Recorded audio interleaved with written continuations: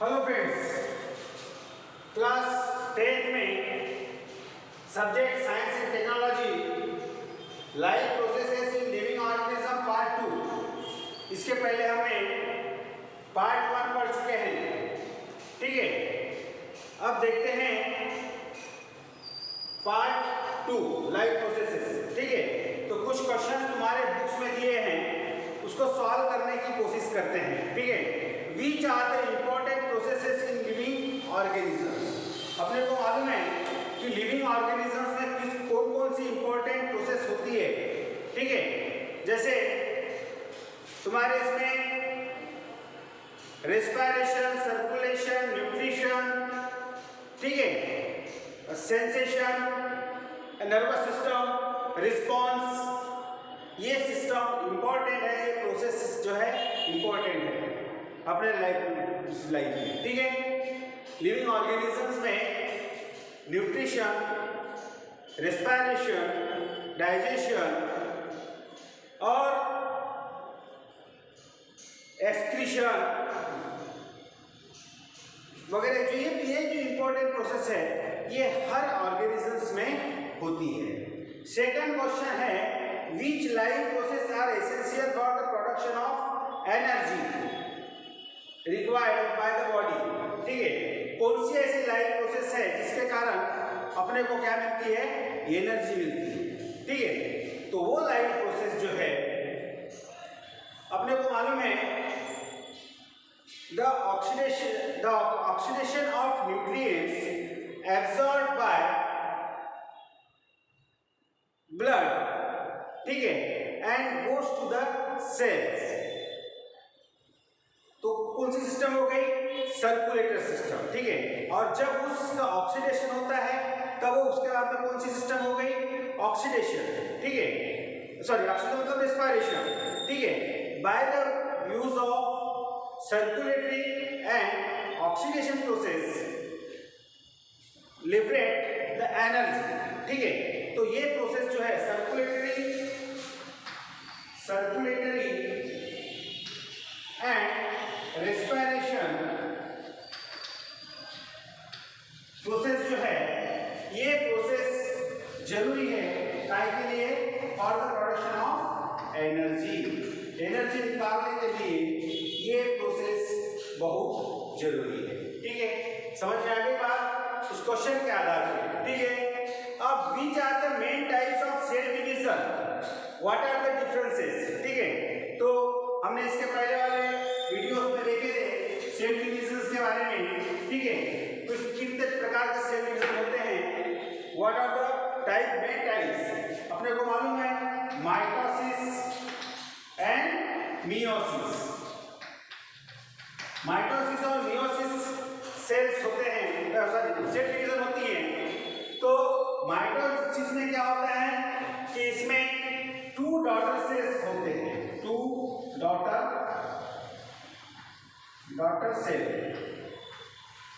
Cell is obtained. ठीक है, और इसमें क्या होते हैं, 4 हैप्लॉइड सेल्स मिलते हैं। ठीक है, और एक 2 डिप्लॉइड और एक 4 हैप्लॉइड सेल्स मिलते हैं। हमने इसके पहले वाले वीडियो में पढ़ चुके हैं। ठीक है, क्रोमोसोम्स नंबर जब रिड्यूस्ड होके हाफ बनते हैं तो मतलब हैप्लॉइड कंडीशन में निकलते हैं। ठीक है, तो रिड्यूस टू हाफ, और ये डिप्लॉइड रहते हैं और ये हैप्लॉइड रहते हैं। ठीक है, इसमें 4 हैप्लॉइड्स डॉटर सेल्स निकलते हैं। समझ में आ गई बात, इसमें ये डिफरेंस है। ठीक, अब उसके बाद में what is the role of chromosomes in cell division. ठीक है, अब क्रोमोसोम्स का रोल क्या है सेल डिवीजन में, हमने मियोसिस में पढ़े थे कि due to the chromosomes DNA from the parent cells enter into the daughter cells. ठीक है, जो पेरेंट सेल का जो डीएनए है कहाँ एंटर होता है, वो डॉटर सेल में एंटर होता है। ठीक है, तो genetical characters are transfer from one generation to other generation, ये रोल रहता है क्रोमोसोम्स का। ठीक है, तो क्रोमोसोम्स जो है वो कहाँ ट्रांसफर होते हैं, मतलब पेरेंट से ऑफस्प्रिंग में। ठीक है, डॉटर सेल्स में। तो डॉटर सेल्स में जब वो ट्रांसफर हो रहे हैं तो जेनेटिक मटेरियल भी ट्रांसफर हो रहे हैं, तो कौन सा काम आता है उसका? The transfer of genetic materials from one generation to other generation, ये उसका रोल होता है। उसके बाद में देखते हैं रिप्रोडक्शन। रिप्रोडक्शन जो है, अब ये रिप्रोडक्शन की आवश्यकता क्या है? ठीक है, life process such as nutrition, respiration, excretion, control and coordination etc. keep the organisms alive, यानी उस ऑर्गेनिजम्स को, जैसे excretion, excretory systems, digestive systems बोलो, रेस्पिरेशन, ये जो प्रोसेस है, इस प्रोसेस से आदमी अपने आप को जीवित रखता है। ठीक है, लेकिन दूसरी एक प्रोसेस है रिप्रोडक्शन। रिप्रोडक्शन क्या होता है? रिप्रोडक्शन से क्या होता है? रिप्रोडक्शन से जो है, the reproductive process are not essential for survival of the individuals but they are important in the continuation of species with organisms belongs. यानी सिर्फ वो इंडिविजुअल्स के लिए अब आवश्यक नहीं है, लेकिन उसके मेंटेनेंस द पॉपुलेशन जो है वो होने के लिए भी जरूरी है। आज हम हैं तो हमारे पूर्वज रहे होंगे, ठीक है, दादा दादी, उसके दादा दादी रहेंगे, तभी तो आज हम आ रहे हैं ना, उनसे रिप्रोडक्शन होते आ रहा है। ठीक है, तो इस रिप्रोडक्शन मेंटेन करने के लिए, पीढ़ी दर पीढ़ी को मेंटेन करने के लिए ये रिप्रोडक्शन की प्रोसेस जरूरी है। ठीक है, तो रिप्रोडक्शन की जो पीढ़ी दर पीढ़ी रिप्रोडक्शन की प्रोसेस है, इसीलिए हम लोग आज जीवित हैं। अगर रिप्रोडक्शन की प्रोसेस अगर नहीं होती तो हम समाप्त हो जाते हैं। ठीक है, अब इसके बाद में देखिए, तुम्हारे बुक्स में कुछ चित्र दिए हैं, ठीक है, कुछ पिक्चर्स दिया है। पिक्चर्स ये में देखिए, उसमें वेजिटेटिव प्रोपेगेशन हो रहा है। वेजिटेटिव प्रोपेगेशन मतलब हम बताएंगे वेजिटेटिव प्रोपेगेशन क्या होता है। ठीक है, इसमें जो tree planted and rootlets are obtain, ठीक है, उसी रूट में से नया प्लांट्स का निर्माण हो रहा है, वहां पर वो रिप्रोडक्शन की प्रोसेस हो रही है। ठीक है, सेकंड है hen laying the eggs। ठीक है, मुर्गी जो है वो अंडा दे रही है। ठीक है, और उस अंडे से क्या निकलेगा? उसका बच्चा निकलेगा। ठीक है, तो मतलब वो रिप्रोडक्शन की प्रोसेस हो रही है। उसके बाद में दिया है जर्मिनेशन ऑफ सीड, थर्ड वाला, थर्ड मतलब सीड, जर्मिनेशन हो रहा है सीड्स का। ठीक है, सीड्स का क्या हो रहा है? जर्मिनेशन हो रहा है, सीड हो गया। ठीक है, और इस प्रकार से दूसरा जर्मिनेशन हो रहा है। ठीक है, तो इसमें रेडिकल और फ्यूल निकल रहा है। ठीक है, और उससे फिर नया प्लांट तैयार हो रहा है। ठीक है, तो इस प्रकार से ये रिप्रोडक्शन हो रहा है। अब उसके बाद में डी वाला देखिए, जिसमें अमीबा का बाइनरी फ्यूजन हो रहा है। ठीक है, ये एक अमीबा है, उसके दो अमीबा बन रहे हैं। ठीक, ये प्रोसेस क्या हो रही है? रिप्रोडक्शन हो रही है। ठीक, तो रिप्रोडक्शन जो है continuation of species to which that organisms belong, अपनी स्पीशीज को कंटिन्यू करने का काम ये रिप्रोडक्शन की प्रोसेस से होता है। ठीक है, अब इसके बाद में देखते हैं रिप्रोडक्शन जो है वो उसका ग्राफिकल रिप्रेजेंटेशन देख लेते हैं। ठीक है, इसको पहले समझ लेते हैं रिप्रोडक्शन कैसा, ऐसा ग्राफिकल रिप्रेजेंटेशन, और फिर बाद में हम उसको डिटेल में पढ़ने का प्रयत्न करेंगे। ठीक है, सबसे पहले देखिए रिप्रोडक्शन। रिप्रोडक्शन जनरली कैसा होता है? दो प्रकार से होता है। Reproduction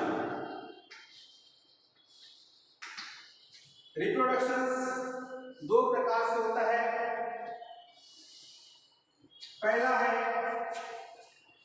asexual reproduction.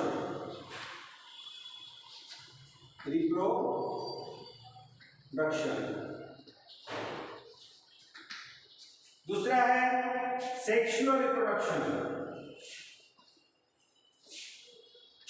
Sexual reproduction मतलब सेक्सुअल रिप्रोडक्शन मतलब उसको कहते हैं यूनिसेक्सुअल रिप्रोडक्शन भी कह सकते हैं, ठीक है। In this reproductions only one parents are include here, यहाँ पे एक ही पेरेंट्स इंक्लूड होता है। सेक्सुअल में दो पेरेंट्स इंक्लूड होते हैं, मतलब मेल और फीमेल, इनके कॉम्बिनेशन से। In this sexual there is the participation of male and female, ठीक है। और यहाँ वैसा नहीं होता है, ठीक। अब इसके बाद में इसके भी दो प्रकार होते हैं। एक तो पहला है यूनिसेलुलर रिप्रोडक्शन। यूनिसेलुलर ऑर्गेनिजम्स में रिप्रोडक्शन होता है, यहाँ पे होता है मल्टीसेलुलर ऑर्गेनिजम्स में। मल्टीसेलुलर ऑर्गेनिजम्स में होता है, ठीक है। अब इसके बाद में अब देखिए ये यूनिसेलुलर और मल्टीसेलुलर ऑर्गेनिजम्स में होते हैं, ठीक है। यूनिसेलुलर ऑर्गेनिजम्स और उसको मल्टीसेलुलर ऑर्गेनिजम्स, ठीक है। और इसके बाद में ये यूनिसेलुलर ऑर्गेनिजम्स में भी होता है एक तो बाइनरी फिजन। पहला होता है बाइनरी फिजन। दूसरा होता है मल्टीपल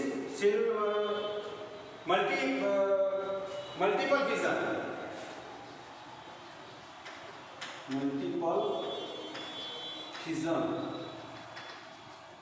और ये मल्टीपल फिजन जो होता है ये होता है अमीबा में। कहाँ होता है ये? अमीबा में होता है। उसके बाद में है थर्ड है बडिंग इन ईस्ट में होता है बडिंग। फिर ये जो बाइनरी फिजन है ये जो है इसके भी 3 भाग किए गए हैं। इसमें सिंपल बाइनरी फिजन जो होता है ये अमीबा में। कहाँ पे? अमीबा। और दूसरा है लॉन्जिट्यूडिनल और ये लॉन्जिट्यूडिनल जो है ये होता है यूग्लिना में।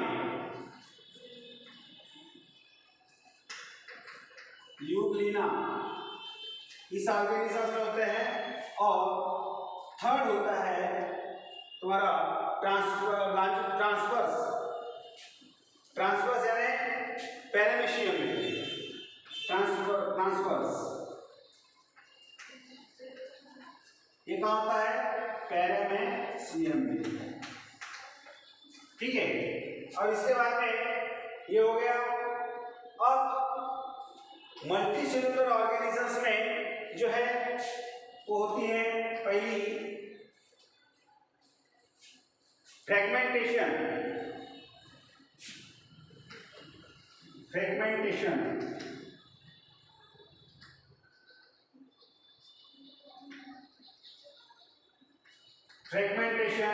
वेजिटेटिव प्रोपेगेशन,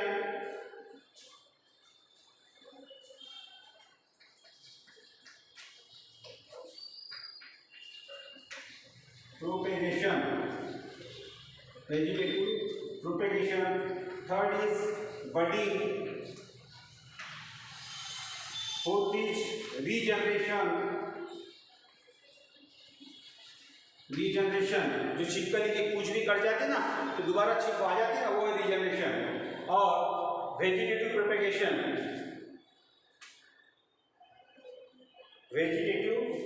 हो गया। और इसके बाद में है 5वां स्पोर फॉर्मेशन। ठीक, स्पोर फॉर्मेशन, स्पोर से निकलता है, स्पोर से फिर नया ऑर्गेनिज्म से निकलता है। और फिर उसके बाद में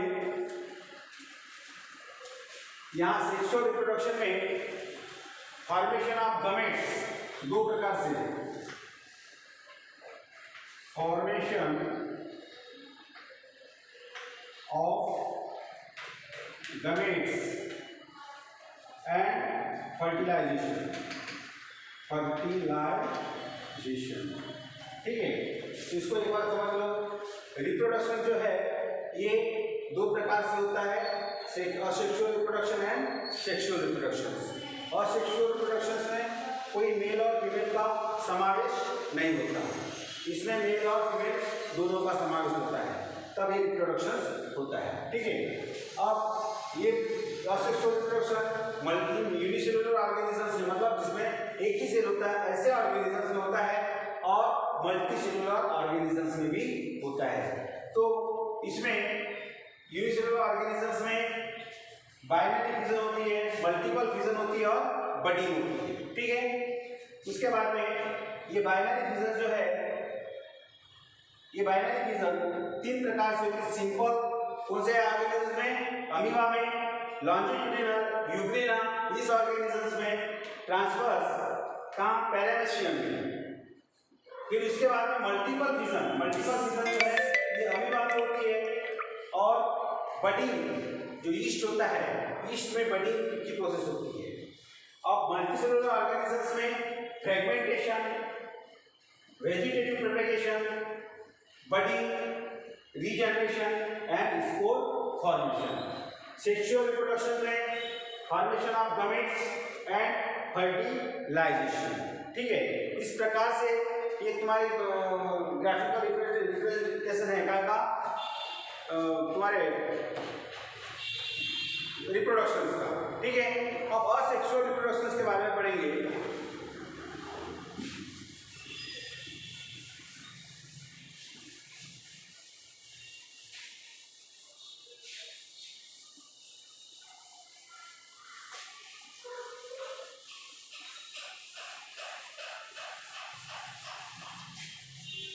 असेक्सुअल रिप्रोडक्शन में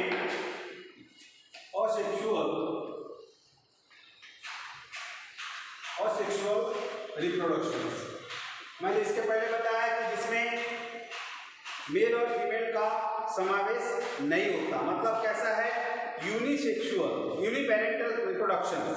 इसको क्या बोलेंगे, यूनिपेरेंटल रिप्रोडक्शंस, मतलब एक ही पेरेंट्स का इसमें समावेश होता है, और एक ही पेरेंट्स से नया ऑर्गेनिजम्स बनता है, ठीक है। इसके बाद में it form without the fusion of gametes, यहाँ पे गमेट्स का फ्यूजन नहीं होता। सेक्सुअल रिप्रोडक्शन में गमेट्स का फ्यूजन होता है। उसके बाद में the offspring produce exactly similar to their parents, वो अपने पेरेंट्स से इससे सिमिलरिटी उसकी मिलती है, ठीक है। अब इसका फायदा, इसका डिमेरिट्स क्या है, ये अब्सेंस ऑफ जेनेटिक रिकॉम्बिनेशन, इसमें मियोसिस वगैरह की प्रोसेस नहीं होती, इसलिए इसको जेनेटिक रिकॉम्बिनेशन नहीं होता। लेकिन इसका मेरिट्स ये है कि रैपिड प्रोसेस ऑफ रिप्रोडक्शन की जो प्रोसेस जो होती है वो रैपिडली होती है, मतलब फास्ट होती है बहुत ही, ठीक है।